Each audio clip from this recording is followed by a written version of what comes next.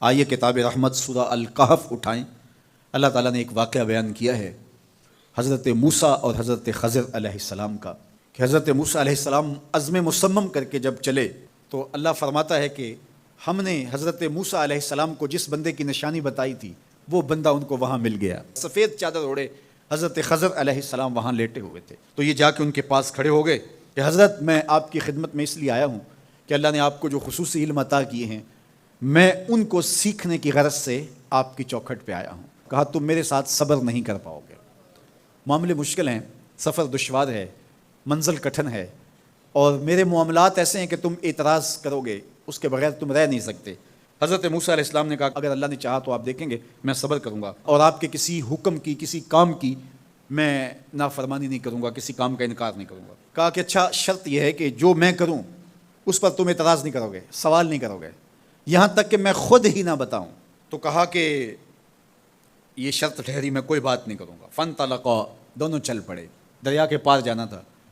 جو کشتی کا مالک تھا، کشتی باندھ تھا، وہ حضرت خضر علیہ السلام کو جانتا تھا، تو اس نے کرایہ بھی نہیں لیا، لیکن جب کشتی پر سوار ہوئے تو عصا مار کے حضرت خضر علیہ السلام نے کشتی کا ایک پھٹا توڑ دیا۔ تو بے ساختہ حضرت موسیٰ علیہ السلام نے کہا آپ نے پھٹا توڑ دیا، یہ سارے ڈوب جائیں؟ کہا میں نے کہا تھا نا تم میرے کاموں پہ صبر نہیں کر پاؤ گے۔ تو حضرت موسیٰ کو یاد آیا، کہا میں بھول گیا تھا، اس پر مواخذہ نہ کیجیے۔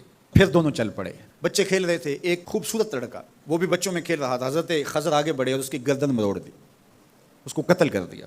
صاحب شریعت تھے حضرت موسیٰ علیہ السلام، نہ رہ سکے، پھر بول پڑے ایک جان کو بغیر کسی جان کے بدلے میں قتل کر دیا، اس نے گوایا کیا تھا ہمارا؟ آپ نے بہت ہی جو ہے وہ غلط کام کیا، یہ کام اچھا نہیں کیا آپ نے۔ کہا میں نے کہا نہیں تھا کہ تم میرے ساتھ صبر نہیں کر پاؤ گے۔ کہا ایک موقع اور دے دیجئے، اب اگر میں نے کوئی اعتراض اٹھایا تو پھر دوبارہ مجھے آپ اپنی صحبت میں نہ رکھیے، عذر تمام ہو جائے گا۔ پھر دونوں چل پڑے، یہاں تک کہ ایک بستی میں دونوں آئے تو آپ نے بستی والوں سے کہا کہ ہم مہمان ہیں، آپ ہماری مہمان نوازی کیجیے، کھانا کھلائیے۔ تو انہوں نے انکار کر دیا، کہا کہ ہم تو آپ کو بلایا نہیں ہے، آپ خود آئے ہیں، آپ اپنے کھانے کا خود انتظام کیجیے۔ گزر رہے تھے گلی سے تو ایک دیوار گرنا چاہ رہی تھی، تو جلدی سے اس دیوار کو مرمت کر دیا۔ کہا حضرت ہم اگر چاہتے تو اس پہ اجر لے سکتے تھے، انہوں نے ہمیں کھانا تک نہیں دیا اور ہم ان کی دیواریں سیدھی کر رہے ہیں۔ کہا اب تمہاری میری جدائی ہو گئی، تم نے یہ بھی اعتراض کر دیا۔ تو انہیں یاد آیا کہ وہ یہ بھی اعتراض ہو گیا، اب میں تمہیں بتاتا ہوں کہ یہ 3 کام میں نے کیوں کیے۔ اللہ اکبر۔ اب سنیے، قرآن ہمیں بتاتا ہے کہ ظاہری علم بھی ہوتا ہے لیکن کوئی باطنی علم بھی ہوتا ہے۔ کہا وہ پہلی بات کشتی والی سنو، یہ 2 مسکین بچوں کی کشتی تھی، ان کے گھر کا چولہا اس کی کمائی سے جلتا تھا۔ دریا کنارے کنارے ایک ظالم بادشاہ رہا تھا جو لوگوں کی کشتیاں چھین رہا تھا، ہم نے تھوڑا سا عیب لگا دیا، وہ ٹوٹی کشتی چھوڑ کے چلا گیا۔ اب وہ تھوڑے سے پیسے لگا کے کشتی مرمت کرا لیں گے، گھر کا چولہا جلتا رہے گا، بتاؤ اچھا کیا یا برا کیا؟ کہا رہی بات اس بچے کی جس کو ہم نے قتل کیا، اس کے ماں باپ مومن تھے، نیک تھے، صالح تھے، بچے نے بڑا ہو کے بہت برا ہونا تھا، ہم نے اس کو قتل کر دیا، اللہ اس کے بدلے ان کو بہتر اولاد دے گا۔ علماء تفسیر نے لکھا ہے اس بچے کے بدلے میں اللہ نے ان والدین کو ایک بیٹی عطا کی جس کی نسل سے 70 نبی پیدا ہوئے۔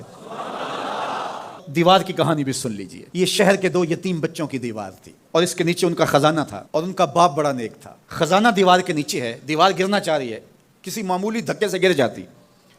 2 ہی صورتیں تھیں، یا وہ بچے خود اپنا خزانہ اٹھا لیتے یا لوگ اٹھا کے لے جاتے۔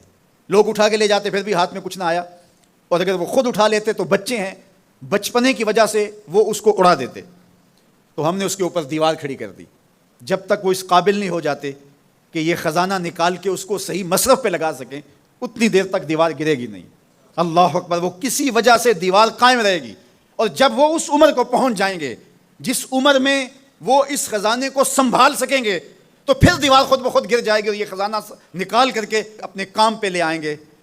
میں جب پہلی مرتبہ اس کو جو ہے وہ غور کے ساتھ تلاوت کیا تو مجھے یہ لگا کہ اس کا انطباق پاکستان کے حالات پہ بھی ہو سکتا ہے، اس لیے کہ یہ بھی یتیموں کا سرمایہ ہے۔ کتنے یتیم روتے بلکتے رہ گئے اور ان کے سر سے جو ہے وہ سائے اٹھ گئے اس وطن کے لیے، لیکن میرے مالک نے اس ملک کے خزانوں پر گہرے پہاڑ اور بڑی بڑی دیواریں کھڑی کر دی ہیں۔ جب تک یہ قوم بلوغت تک نہیں پہنچے گی اتنی دیر تک وہ خزانے ظاہر نہیں ہوں گے، اور جب یہ قوم اپنی بلوغت تک پہنچے گی، شعوری بلوغت، فکری بلوغت، علمی بلوغت، اور رب سے جو وعدہ کیا تھا پاکستان کا مطلب کیا، لا الہ الا اللہ جب اس بلوغت تک یہ پہنچ جائے گی، اس وعدے کی تکمیل ہوگی، پھر رب دیوار ہٹا دے گا اور پاکستان کو اللہ اتنے خزانے دے گا اور پاکستان ایسا مالا مال ہوگا، دنیا دیکھنے آئے گی انشاءاللہ۔ اس لیے رب نے دیواریں بنا کے رکھی۔ تمہارا باپ معین الدین چشتی بڑا نیک تھا، تمہارا باپ داتا گنج بخش علی حجویری بڑا نیک تھا، تمہارا باپ حضرت مجدد الف ثانی بڑا نیک تھا، ان کی وجہ سے میں دیواریں کھڑی کر رہا ہوں اور مضبوط حصار لگا رہا ہوں تمہارے خزانوں پر، اور وہ وقت آئے گا جب تم بلوغت کی عمر کو پہنچو گے، دیواریں ہٹ جائے گی اور